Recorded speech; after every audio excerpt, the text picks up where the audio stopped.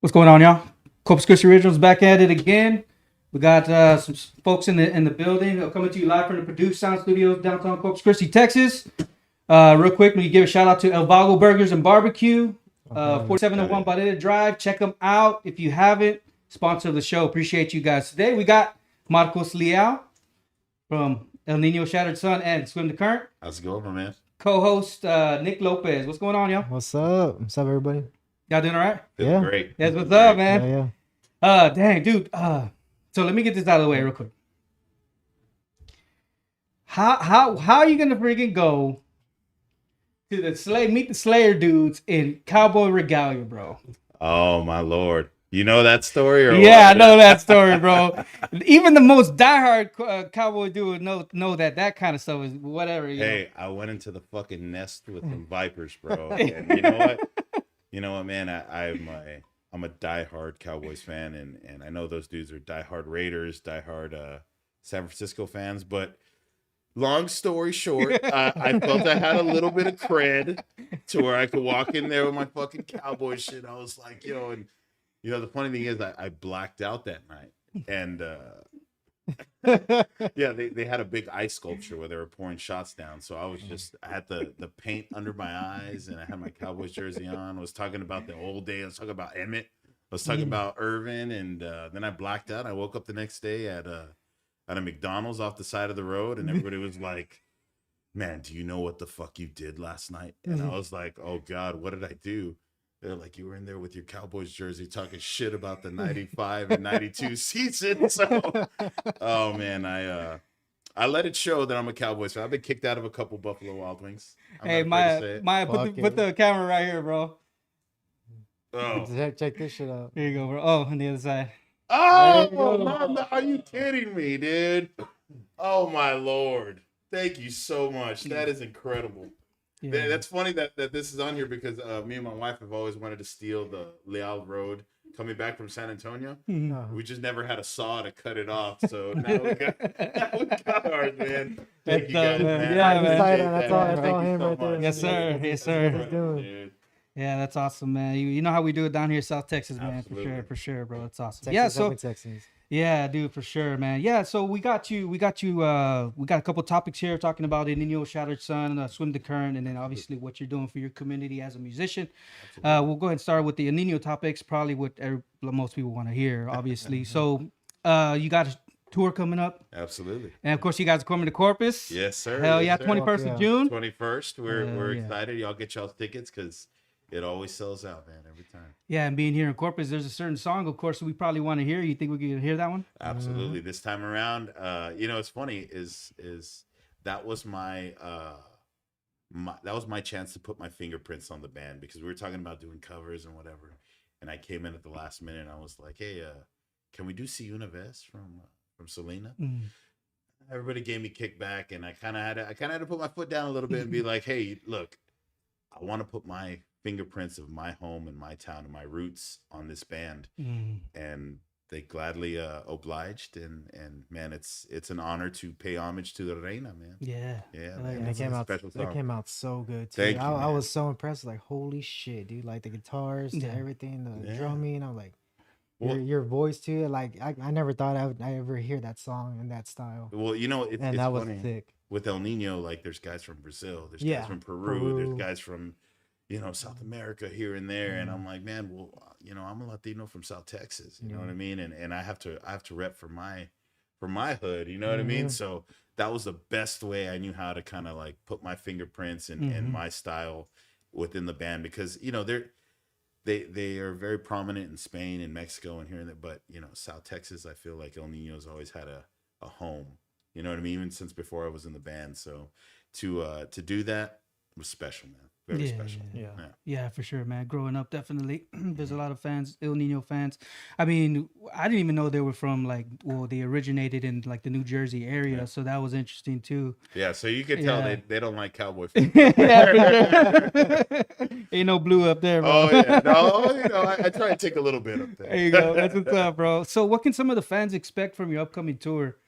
Man, well, like I was telling you guys earlier before we came on the air, I've been a fan of Ill Niño since I was a kid. So to be the singer now, I definitely try to be the voice for the fans. And I feel like El Nino's got a lot of hits, but like I feel like a lot of the fans down here have a lot of deep cuts that they relate to. I hear constantly all the time, I lost my grandfather and this song helped me, or I've been through this and this song helped me. A kid from Lubbock said, hey, How Can I Live helped me through losing a child. And so I just kind of feel like I need to bring those voices out to the forefront on this tour and play some of the songs that we don't normally play, man. So I'm looking forward to playing some deep cuts on this one. Nice. So so those are some too, man. Yeah. Good. Any special elements or surprise planned for the show? Yeah, we're gonna have a couple guest singers out and a couple of old school players from the early days of El Nino come out to certain dates. And I know Corpus, we got a few things planned. And man, it's just always a special time to play in Corpus, man. I've been playing in Corpus since I was 13 years old, man. So to be selling things out now at 35, 36 years old is I don't take it for granted, my man. That's what's up, man. That's dope. What's going on, Matt Cantu in the chat and YouTube? ¿Qué pasó, Matt? Priscilla, what's up, My Priscilla? man, What's going on, dude. Priscilla? Yeah. Yeah, Matt was saying, what was he saying? That the reason why y'all played a certain song at somewhere, Shattered Sun or something, is because he brought it up or whatever. Absolutely. Matt's been a big time supporter of us. I'm very, very proud to see that he's making moves on his own. A lot of these young cats, man, that I started out with, that are out there making moves, man. It's special to me because we have those conversations as musicians, you know what I mean? Hey, do this, try this, go this route. To see them making moves and gaining notoriety. Anybody here from Corpus Christi, man, it makes me so proud, dude. So proud, because it's all about the next generation, bro. Always. Yeah, right on. And it seems like we're there's a lot of hard workers down here, bro. Like you mentioned, you were a truck driver in one of your interviews. I'm a truck driver. I haul LP around Texas. Nick over here does welding and stuff like that. So, and a lot of us, it's our dream as well, So just knowing that somebody from South Texas like you yourself is touring and doing all these things, it's amazing, dude. Yeah, it's amazing for us. I try and carry that with me constantly. Is not only from tour to tour, but from album to album. Anything that I do, I constantly let myself know, like, I'm from Alice. You know what I mean? A lot of dudes that I grew up with, I was the one to kind of, take this the long way. You know what I mean? And to carry that with me, man, I carry so much respect and so much love for everybody that had that dream. And I feel like I'm carrying those dreams for them as well. Yeah, right on, man. So your story with the band El Nino, obviously a lot of us know. I know some of it because I watched your interviews that you started in Shattered Sun, right? Absolutely. And eventually you started touring, and then you got to know the guys from El Nino by doing sound checks, right, for them or something like that. That's we were the opening band on one of the tours, and Shattered Sun is kind of always where my heart's been and what gave my first break. We sold over 60,000 records worldwide and had over 1 million streams. That was the first time that I've ever signed a record deal. Like, so they took me, and we were able to do some really special things. But when I got on that El Nino tour, that's kind of where I knew something was going to shift. You know what I mean? At some point. And I was doing sound checks and things like that just to kind of help the previous singer, Christian. You know what I mean? In some of his struggles that he was going on with. And I just kind of knew in the way Dave was looking at me that something was going to happen down the line. Not right then and there, but it wound up happening. Oh man, how do you find yourself preparing for a tour, like physically and mentally? Man, it's different. Sometimes I really get into it physically and run and do all that stuff. Sometimes I try not to let all of those things stress me out, because man, it can become an anxiety box. You know what I mean? Where you're like, tour's coming up, and your kids and you're this and that, man. I always try and tell my wife, you know what I mean? Let's just control what we can control that's right in front of us. And touring's touring, man. I love it. But it's also something that I had to learn, you know what I mean? Many years into this, how to kind of work my body the right way, work my voice the right way, and I kind of feel like I have a good groove in it now. That's awesome, man. And so you've been like, I guess, touring with them before creating an album with them. Correct. Yeah. I first started touring professionally in 2014 with Shattered Sun, and then when I got with Ill Niño, I jumped in. We did a few singles that came out, and we were working on a record the whole time. But it was definitely my job to restore the band, and I know Nick could speak to this. Restore the band to where it was when I first saw them, which was Concrete Street. You know what I mean? Like we talked about, we went to all the same shit. It's crazy how we didn't link up before. Yeah, I know that is nuts. But I when I first joined the band, I told Dave I want to restore the band to prominence, to the marquee. Ill Niño's playing, headlining, and that was always my dream. That was always my goal, and I feel like we're doing that, man. I feel like we're doing that. It's special. How do you think how has the band's sound and dynamic evolved over the years? So, in the beginning they were, I know Nick could speak to this. In the beginning they were cutting edge. You know what I mean? They were. What drew me to Ill Niño was my parents fucking hated metal. They hated. I brought Slipknot home, and they're like, "What the fuck is this, Korn? What is this?" And it wasn't until I put on the Ill Niño CD, Revolution, that they were like, "Oh, these guys can play." Like, you know what I mean? These guys they heard all the Latin. They related to the Latin side of it. Yeah. So that's where my love grew for them, like right away. You know what I mean? It's like, oh man, my parents. You know what I mean? Love this, so I love this. You know what I mean? And over the years, I had seen my favorite band kind of die. You know what I mean? Kind of really fall. And when I was touring with them with Shattered Sun, I noticed, man, this is not the band that I loved growing up. You know what I mean? So like I offered myself to help in any way. I noticed the singer was struggling. Hey, let me go down there and sing a song with you, you know what I mean? Let me do the screams so you can, take a breath, you know what I mean? And, I saw the band kind of decline fiercely. And when I joined the band, that was my first thing, was like, hey, we need a sound the way you guys sounded in the beginning, where you were coming in and captivating people. You were coming in and taking over shows. And I feel like we've achieved that, you know what I mean? We've come in and really made a mark, man, because Ill Niño was definitely not where we are now. You know what I mean? When I joined the band. Yeah, because I've been seeing y'all getting festival after festival. I'm like, holy shit, like, dude, like, this is the shit I remember. They were always on a fucking tour, always on tour. Mm-hmm. And then now, like, that kind of, like you said, it died down. Mm-hmm. I didn't see that much. Mm-hmm. But then after, with this new blood, this new creation, dude, y'all are fucking hitting hard. I know Dave's a fucking go-getter too, and so, but just to see y'all on these festivals and him doing these fucking massive tours, dude, it excited me. Like it brought that 12-year-old back out of me. Like, holy shit, like, very much. Let's fucking go. That's how I feel too, man. Is opening for Megadeth, opening for Biohazard, man. We opened for Metallica in fucking Germany. Mm-hmm. You know what I mean? It was some surreal shit, dude. Because it was like, yeah, you're in it or whatever, but step back. You're the kid you were when you were 15, and you're like, man, this is where I wanted to see it. Yeah. And to have a hand in that means everything to me, man. Mm-hmm. It means everything. Yeah. Mm. Do you feel like you have to have that? Like you have to have that type of drive to get to there? I mean, absolutely. Because that started with Shattered Sun. I have to credit our producer Robert Beltran, because he taught us that from the beginning. That's why we got our first record deal. Hey, fuck everybody, fuck this. You know what I mean? At that time, the oil field was paying $50-$60 an hour, and he was the first one to be like, hey, you have to commit and go for the goal. And we were so hungry, went for the goal. We wound up getting signed, and doing all these special things. I took that same mentality to Ill Niño.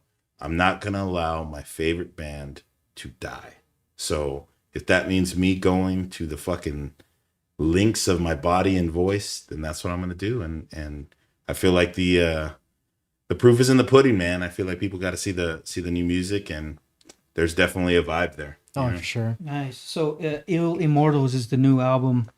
Can you tell us about this new album? What themes or messages are you exploring? Well, very much like I just said right now, you know, I view Ill Niño as like one of those bands that's like lifelong, you know what I mean? Like a Korn, like a Slipknot, like, you know what I mean? Those are the bands that I grew up loving. And I feel like people thought, oh man, the band's dead. You know, they got a new singer, they got new guys, but you know, the one thing that they didn't realize is they got a bunch of dudes from South Texas. You know what I mean? So we don't fucking die easy. Yeah. You know what I mean? And we all came in with that mentality, like, hey, we're going to restore the band. That's where Ill Mortals came into place. You know what I mean? Like, yo, the band is Ill Mortal. You know what I mean? That's a sick ass title too. Yeah, And I gotta credit Dave, man. Dave really came up with that. But you know, seeing the fans from all over the world, because it's not just here in the United States, bro. Like when we went to Spain for the first time, like I was so nervous because I was like, man, they don't want to see me. They want to see the previous. They want to see the old. They want to see. And I remember we were going to the meet and greet line, which was like a mile long, dude. It was so many people there. And I remember I sat down, I was having a beer, I was just trying to be chill. The first person that came up, Marcos, very nice to meet you. So it made me feel like I was a part of it. You know what I mean? And it just takes that one. It just takes that one. And you know what I mean? Everybody in the crowd kind of knowing the South Texas kid who was new to the band. You know what I mean? It made me feel very much at home there in Spain and Mexico and Germany and Denmark. You know, we've been all over the place, and I'm just very, very, very thankful for the fans. It's amazing, man. To be that's amazing, dude. That's a lot of our dream. A lot of us have that dream out here, you know. It's so awesome that you're kind of like living it for us. You know what I mean? Absolutely. It seems like you're looking at it in that perspective. Absolutely, and awesome. Even, you know, we went to Dubai, we went to Budapest, and I carry that weight. Exactly what you guys are talking about. Corpus Christi, all the guys that have followed me, Shattered Sun, everything. I carry that weight with me when I walk out on stage, and I try and represent for Corpus and for Alice and San Diego and Robstown and Kingsville and Cal Allen, you name it, man. It's in my blood, man. That's how my father raised me. So. And you know. Alice, bro. Alice is just, you just drive through it, like, you know what I mean? And you're from there, bro. Yeah. It's so don't tell none of the coyotes it's so that, because they'll fucking crazy, bro. Damn, it's crazy, man. So can you share like what was the creative process like for this album compared to, well, I guess you kind of compared to the previous one. Well, you've done singles though, right? Yeah. So what was the creative process like? So I knew coming in that Ill Niño has to have a sound. You know what I mean? They're the sound. They have a sound. You know this thing. You know what I mean? So my point was to not disrupt that sound, but also kind of put my fingerprints on the band. So when I first joined the band, we did the song Sangre, and we filmed it in Alice, which I was so proud of. Man. Like we because I just told him, I was like, yo, we had my wife's nephew be the main star, and we used the bar that I frequent weekly, you know what I mean? Right. Shout out Bees, shout out Nick. So it was special to me, but it was also that, man, I have to be able to write for this band, because that's my specialty, bro. Is I might not be the greatest singer in the world, but I'm a really great writer, and I know what the fans want to hear from Ill Niño. So, you know, I had a discussion with them where, hey, you have to let me write. You have to let me write in this band. And if not, then I feel like it's not genuine. You know what I mean? And so they granted me that privilege, man, and we wrote a whole record, which is, to me, man, you have every part of my soul on this record. You know, I went from being a father to being losing my own father, losing my father-in-law. You know, I went through so many life changes within this process that it's all there on that record. And I'm excited for people to hear it, man, because it's such a big part of my soul, man, that's on there. And I'm just so happy that it's to the point right now that it's about to be out. I know it's almost there. I'm like, I've been waiting patiently for this, but that's crazy. So I just saw today, because the pre-sale is live today. You could get your pre-orders. Correct. So there's 2 volumes. Can you explain that? Yeah. So we, in the record industry, they try and make you put out 8 to 10 songs, you know what I mean? And we wrote about 16, 17, maybe 18 songs that, Hell yeah. man, we battled it out for so many months, being like, no, this song's about my fucking popo, bro. Like, My papa. so there was so much of that, you know what I mean? This song's about this song's about that, So rather than cut songs and be like, oh, we'll revisit on the next record, nah, like the Ill Niño fans have waited long enough to where I feel like we can give them 16, 17, 18 songs. So rather than cut songs, we're just going to give you two albums. And it was a long process to come to that. I think that's something that a lot of fans don't understand is, there was a lot of legalities and things. As soon as I joined the band, you can't just throw out a record. Mm-hmm. You know what I mean?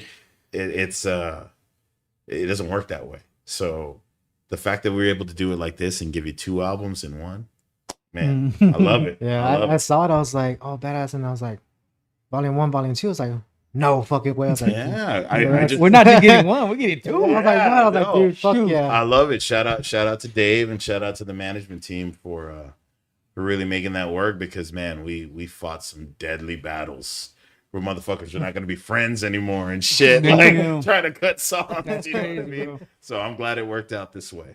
Hell yeah, I can't fucking wait. That's awesome, man.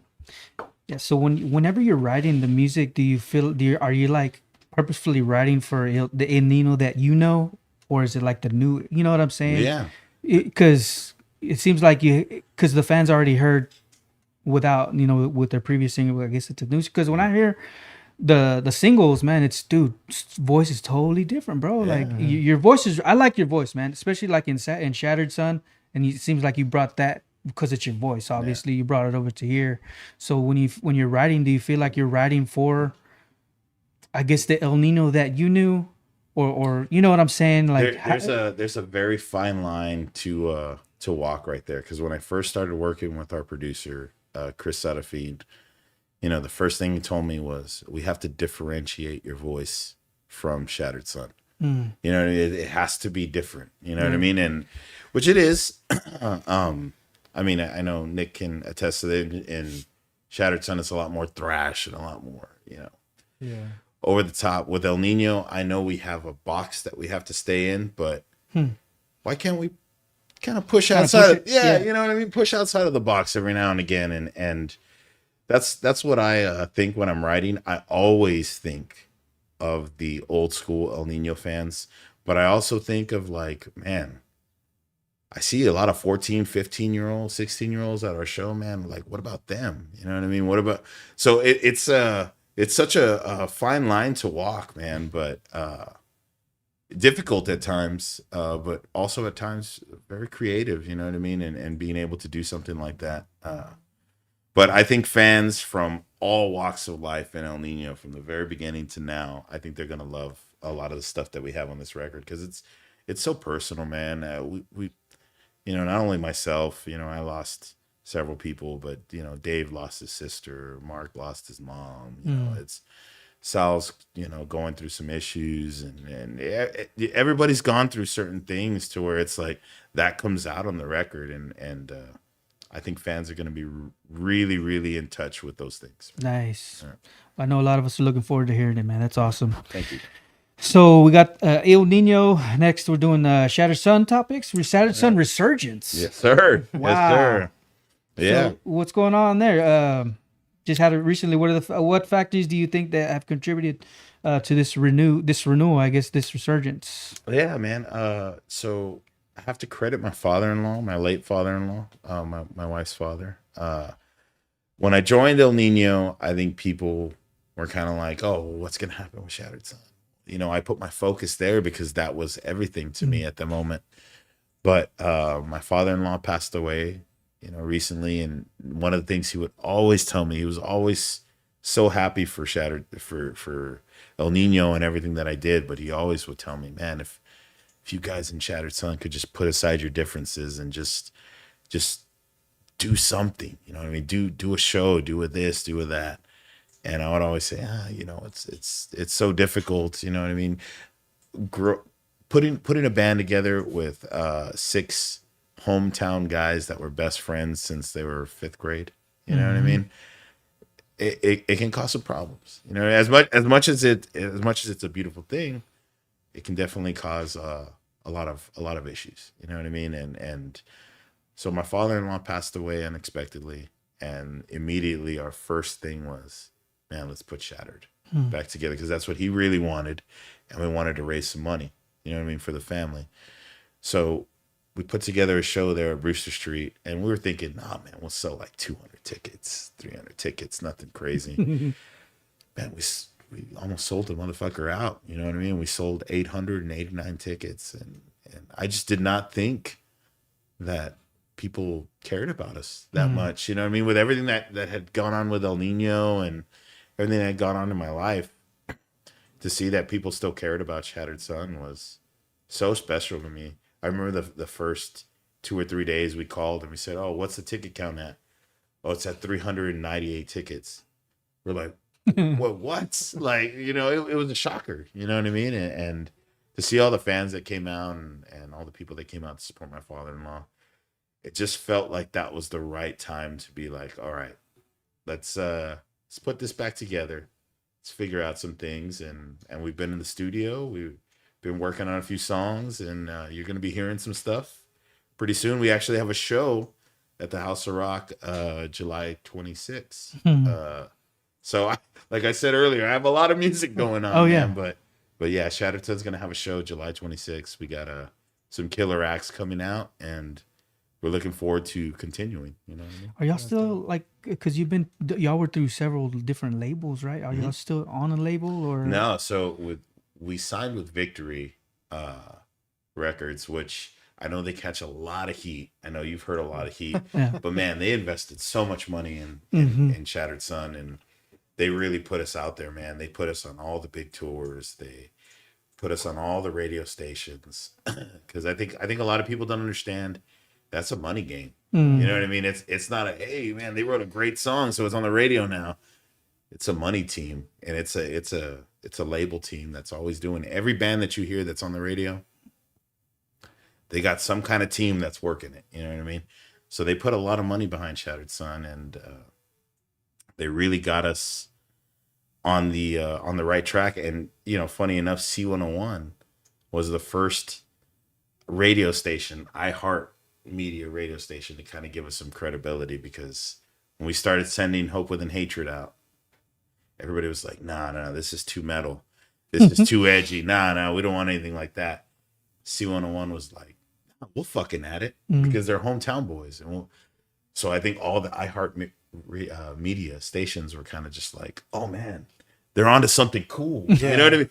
We should add it too. You know what I mean? Wow. So it caught on like wildfire, man. And it really sparked Shattered Sun's career. And man, I'm so thankful to be revisiting that now and hopefully trying to make a new, you know what I mean, with the new stuff. Yeah, so you're gonna have to do both of those at the same time. It was like I said, not just crazy. yeah, not just two. You know, Oh yeah. yeah, and you know, this past week I've really kind of learned, like, oh fuck, I kind of spread myself thin here, because I got Ill Niño's new record coming out, got Shattered Sun stuff coming out, and I'm also transitioning into country rock with my other group. So it's been a tug and pull. I mean, my wife can attest to it. I'm on the phone maybe 80% of the day, man. So but it's very honored, like I told you earlier, to be busy, to be blessed to be working, man. Nice. How's it going, Francesca? Hi, Mama. Thank you for being on the podcast.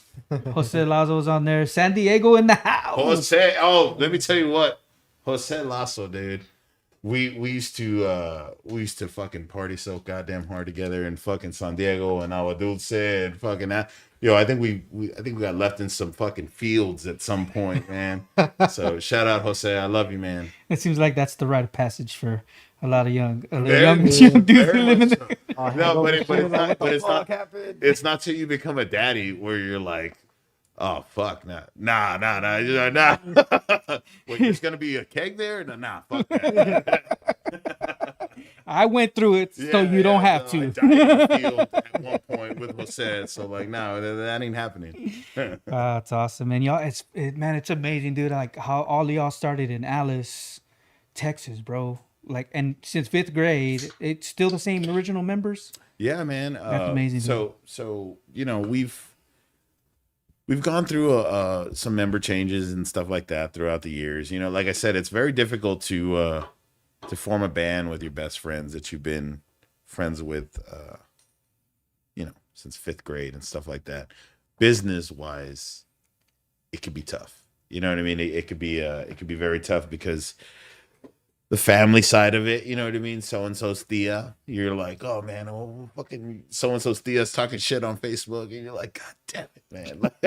You know what I mean? It's just, oh fuck, man. You know, but you have to step back and look at it as the big picture. You know, Shattered Sun has gone all over the world, sold records all over the world and done things all over the world. So it's kind of like, it's hard to differentiate that from Alice, you know, because Alice is here, but the whole fucking world is here. You know what I mean? So, you know, it's tough to do things with the original members, and we kind of have set it up in the place where it's like, hey, where we have some members that can't be there. We know people like Jess, and we know people like George Frank from MIBG and John Luna from the Periwinkle Mask. People are going to help out. You know what I mean? So it's, I'm looking forward to everything that we have coming up with Shattered Sun. Nice, man. You mentioned in an interview where, like, when you first, I guess it was with them, when you started, like, touring or y'all got signed or whatever, you're like, I thought somebody was giving me, like, a manual of what to do, what not to do, or whatever. Yeah. So how far do you think you've come since that? And do you think you've learned a lot of stuff? I have, absolutely. With the business end of it, I was very, very fortunate to be a part of Johnny Z's legacy. Johnny Z signed Metallica, signed Anthrax, signed Testament, signed you name it. He signed so many of the biggest bands in the world. He found Metallica. You know what I mean? So to be a part of his legacy, where we were the last band, Shattered Sun was the last band that Johnny was like, hey, I'm going to take this band from a little place called Alice that nobody knows who the fuck it is and launch it. You know what I mean? And he absolutely did that. So within that time, I was able to learn from him. I was able to learn from Maria Ferrero, who is a PR giant. I was able to learn from Chuck Billy, who is a legend, you know, in the thrash game. I've learned so many sides of this industry to where it's like, I think of Marcus back then, where it's like, nobody gave me a handbook. Now I try and be that handbook for a lot of these younger bands, man, because I went about 10 years doing things the wrong way. Crazy. Before somebody came in and was like, hey, young man, this is how we're going to do it. Like, and this is the pro way. You know what I mean? So I try and push a lot of that on the younger bands, and I just don't want them to waste 10 years like I did. You know, I wasted a lot of time in my life doing it the wrong way, you know? So what did you have a question? What motivates you, like, to support that next generation of musicians or artists? Because I didn't have a hand coming up. I had a very rough time coming up. You know what I mean? And I did things a lot of the wrong way. I ruined friendships. I spent money that shouldn't have been spent, and I did things the wrong way. You know what I mean? And we all did. And it wasn't until I had somebody that came in and was like, here, young man, let me help you up. Yeah. And man, I went from doing this since I was 15 years old. I didn't get that break until I was 25. Yeah. You know what I mean? So that was a long time that I was doing things the wrong way. And thank God I got that hand up. But I see a lot of these younger bands that, you know, make questionable decisions, and I try and come in there and I try and be that hand that was given to me, try and be that for them earlier. You know what I mean? Earlier in the game. You know, I see bands that they'll book a show, you know, on the 26th, and they'll promote the show, but then they'll book a show on the 25th and the 24th, and then they decide to book another show on the 26th later that night. Man, you're doing it all wrong. You know what I mean? Like, you're focusing in the wrong places. You know what I mean? taking pictures, making music that sounds good, man. Because at the end of the day, I remember Chuck used to tell me that all the time. You need to make music that fucking sounds good, so people fucking like give themselves to you. You know what I mean? And I didn't learn that until late, and I see a lot of bands making those, you know, mistakes now. So I just try and guide, man. But ultimately, at the end of the day, everybody's gonna make their own moves how they want to make them. But if I can guide one band in the right way, then that's what I'm gonna do. It's always interesting to me when I hear people do that for others, and it makes me think about like who influenced you to do that. Like, did your folks teach you that? I mean, because it seems like it seems like it's like that among our culture. Yeah. You know what I mean? You help out others. My dad was very much like that. My dad, when I first started touring, would always tell me, "Hey, man, make sure you look nice. Make sure you shave. Make sure you smell good." He used to always tell me that, man. Yeah. And he used to always, take care of your crew. Take care of your driver. Make sure your driver eats. Make sure your crew guys this and that. And he was telling me this at an early age where I was like, man, I don't give a fuck. Like, you know, I'm trying to fucking play and get drunk and whatever. Right. But like now I see it, you know, we're in the position I'm in where I'm like, man, I try and help our crew all the time. I try and help the other crews all the time. And it's very much something that was instilled in me, but also from my own experiences too, man. Like, I don't want to see anybody fall on their face as hard as I did. So if I can help, you know what I mean, in some places, man, I will. You know what I mean? You feel like your family grounds you in that sense? I've had the opportunity to live in New York, LA, Portland, Dallas. I stay in Alice for that specific reason, because it grounds me. And that's where my father raised me. That's where my grandfather raised him, and that's where I'm going to raise my kids. So it keeps me grounded, man. Keeps me grounded. That's what's up, man. So, I get to see all of the world and all of these things that I do, man. I'm always going to be an Alice kid, and my kids are going to be Alice kids too. Looking back, what do you think have been the key decisions that helped you succeed in the music industry? Committing. And I tell young bands this all the time, and you have to commit. Normally there's bands, you know what I mean? Like, I won't say names, so I don't want to insult anybody, but there's bands that are like on the cusp, but they won't commit, you know what I mean? Because, hey man, I work on the weekends and I have a gig, and you know, I get paid $40 an hour. Hey man, I got a kid, I got 2 kids. I have to do this or that. I've been there. My bandmates have been there. It wasn't until we committed where it was like, hey, we're going to make a record that it's either going to get us signed or we're going to give up music altogether. Well, that's what happened with Shattered Sun. First record, we put everything into it. Everybody around us put everything into it.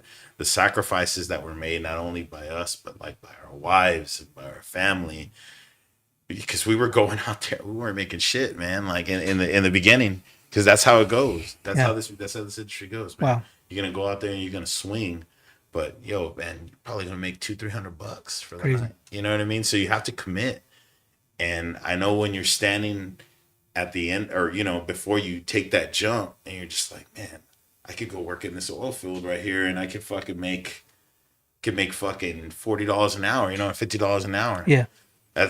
That was such a big thing for us, but we had to commit, man, and really go for it, dude. And it's easier said than done. I know that, because not a lot of people can do it. But We heard it in the album though, man. Yeah. The fucking Hope Within Hatred was a great fucking album. Yeah, and you could hear that y'all put y'all's fucking souls in that album to fucking make it. I can't even tell you, man, like how many hours we spent in there, how many fights that were had with spouses, how many, I have to be in the studio because of the, I have to, so and so's pregnant, like, you know, we didn't find out till our bass player was pregnant, or his wife was pregnant, until we were in the van getting ready to go on our second tour, and we all looked at him and we were like, yo, Damn. your girl's pregnant? And he was like, well, I didn't want to say anything, bro. I didn't want to say anything. I didn't want to ruin the mood. Yeah, I didn't want to ruin the vibe. You know what I mean? So, but Just drive. yeah, but that's what I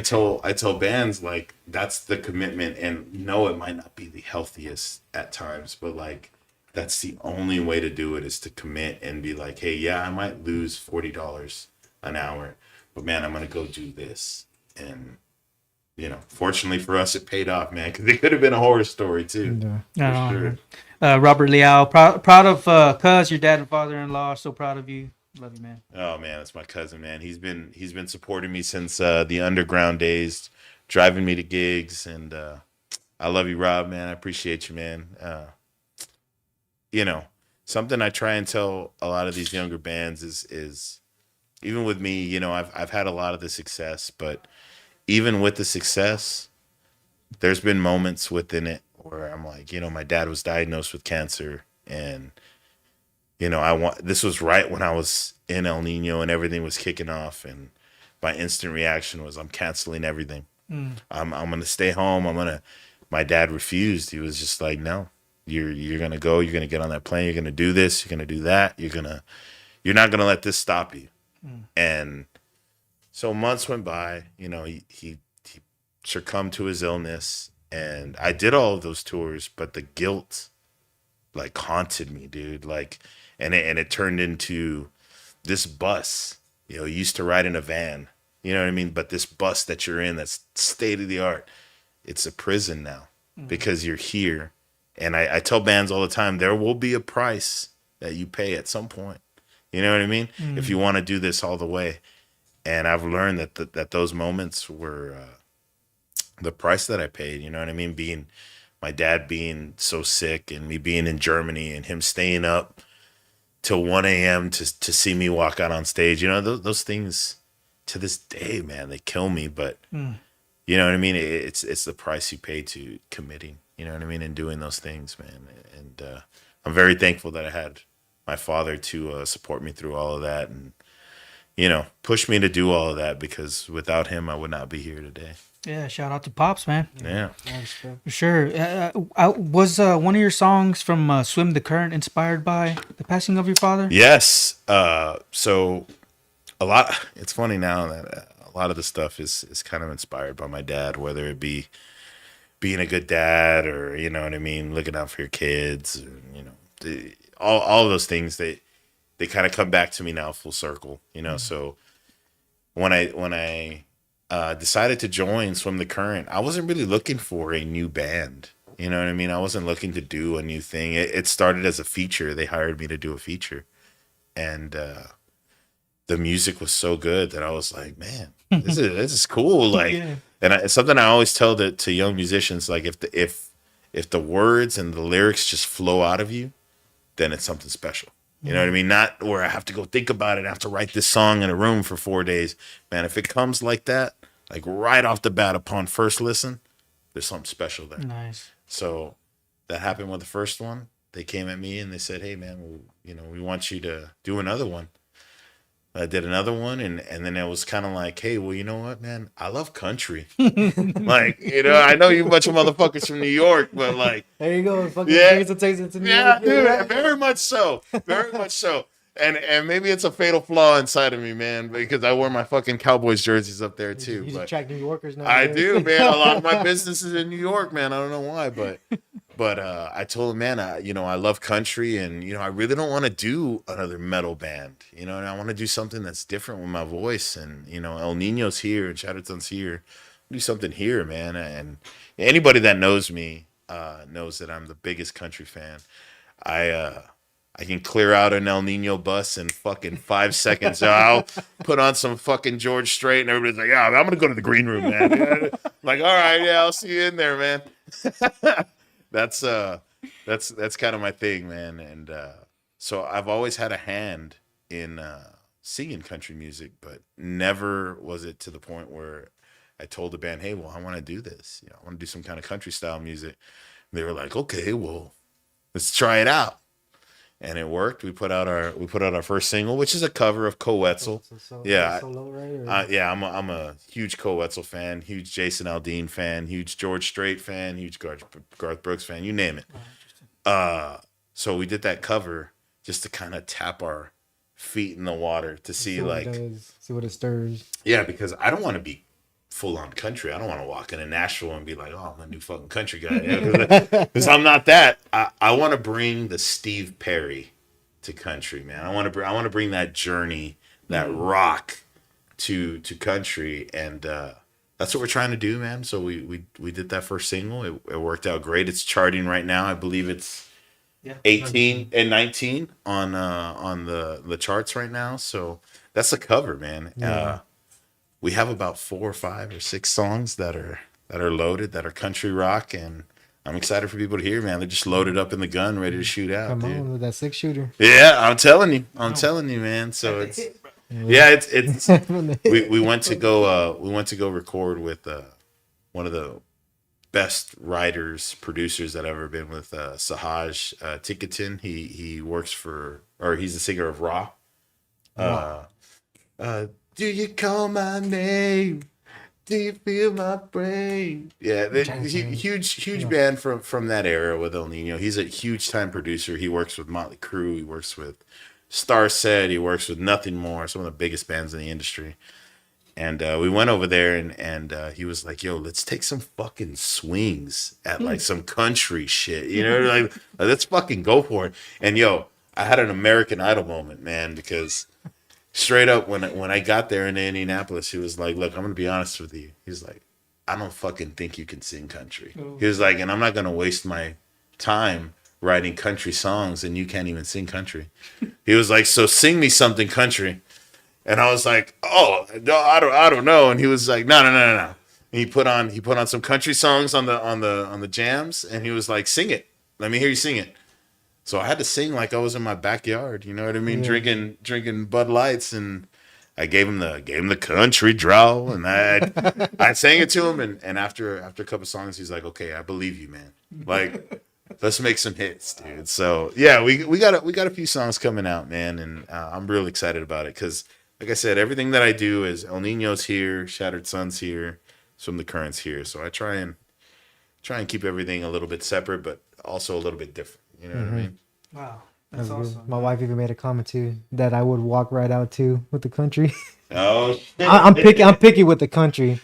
I'm picky with the country. But my wife's a big country listener. So. I'm a big Jason Aldean slut, dude. Oh, that's your wife? That's my wife. Right there. Yeah, shout out.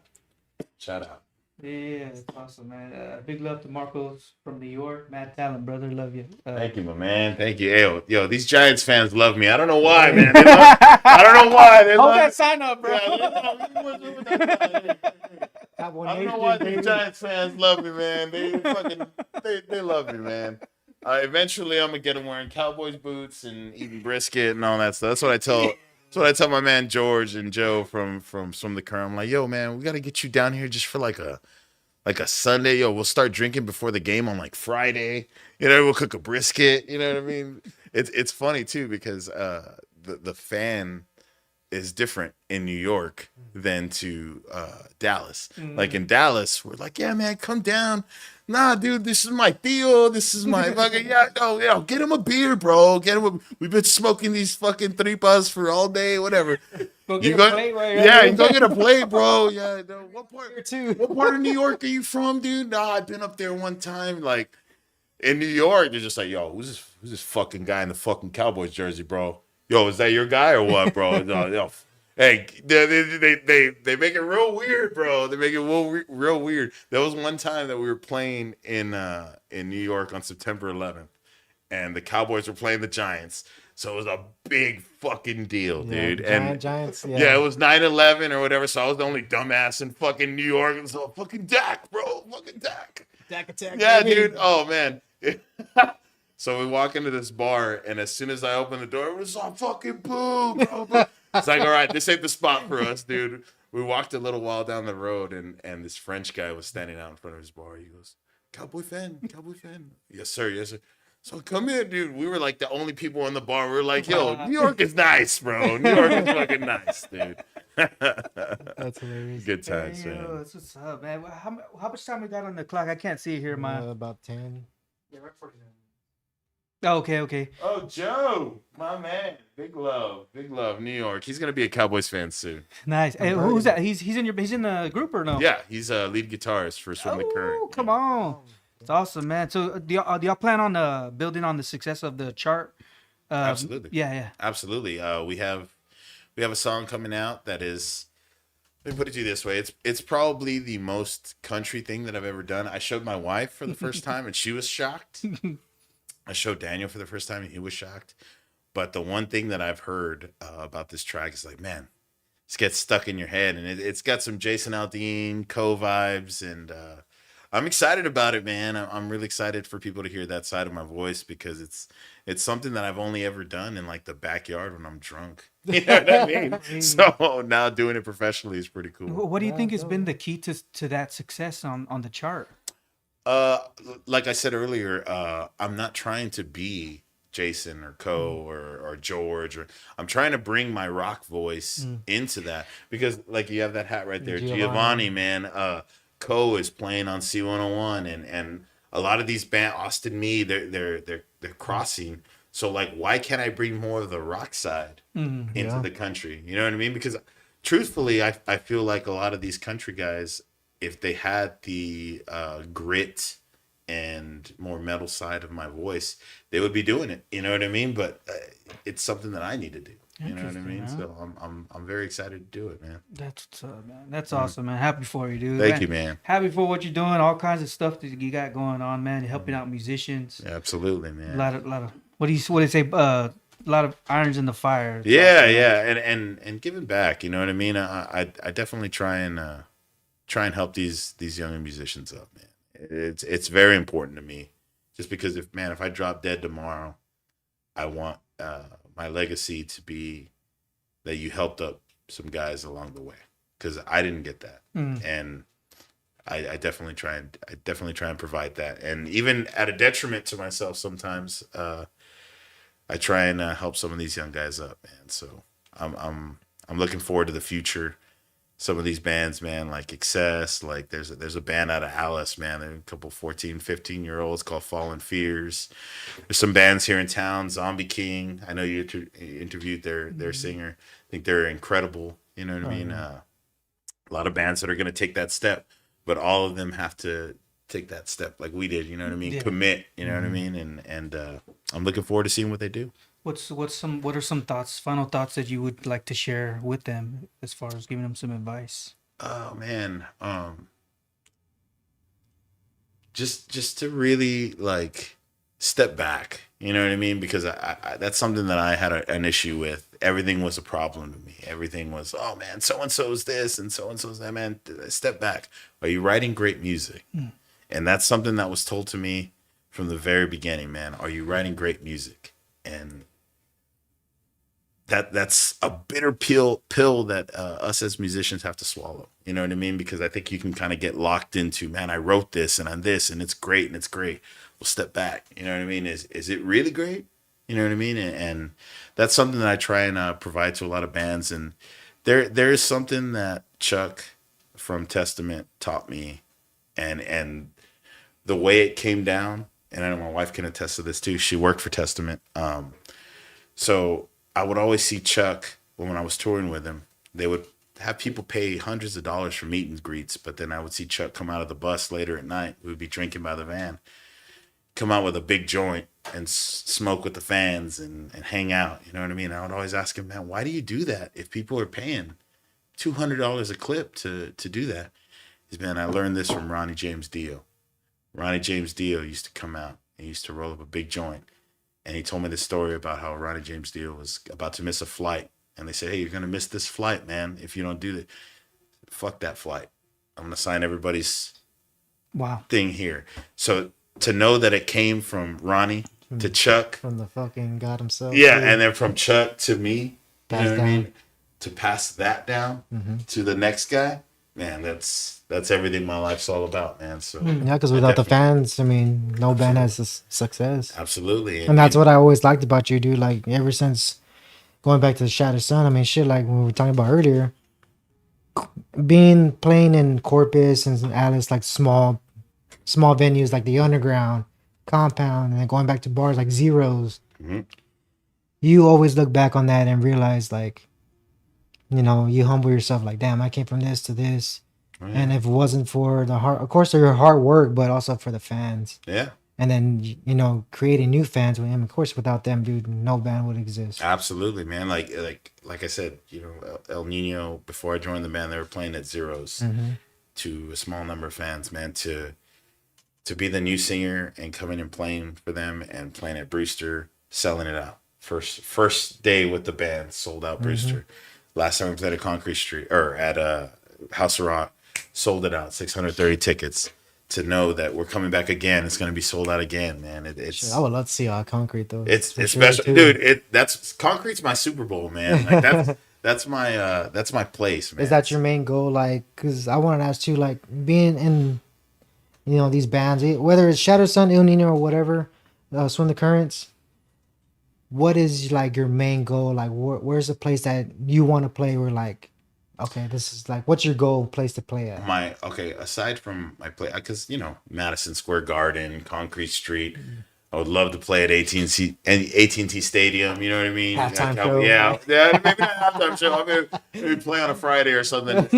But my main goal, and I know Michelle, my wife, knows this. It's something that I tell my daughters all the time. I want to write a song that is going to live on far past the days that I'm here, and I've yet to achieve that just yet. But that's my goal. You know what I mean? Is to write a song that when I die and when they put the dirt over my bones, man, hey, I'm gonna live on forever, and that's my goal, man. So I still got a lot of time to do it, man. So hopefully it comes on this next record. You're busy. You're putting in the work. So absolutely. We got a couple records coming out, so hopefully it comes out on this next one. But like I said, I'm never shy to swing. You know, never shy to swing. Leaving a legacy. I don't even think we think about that stuff when we're younger, when we first get started. It isn't until you actually gain some years that you finally have that outlook. Yeah. Absolutely. Yeah, because you're not thinking about that in the beginning. I didn't know that until my dad passed. That, you know, like I told you earlier before we came on, you know, my dad would say, yeah, you're gonna do music, but you're also gonna have a backup plan. And I would always take it as a slight. Oh, you don't believe in me? Oh, you don't think I can do it?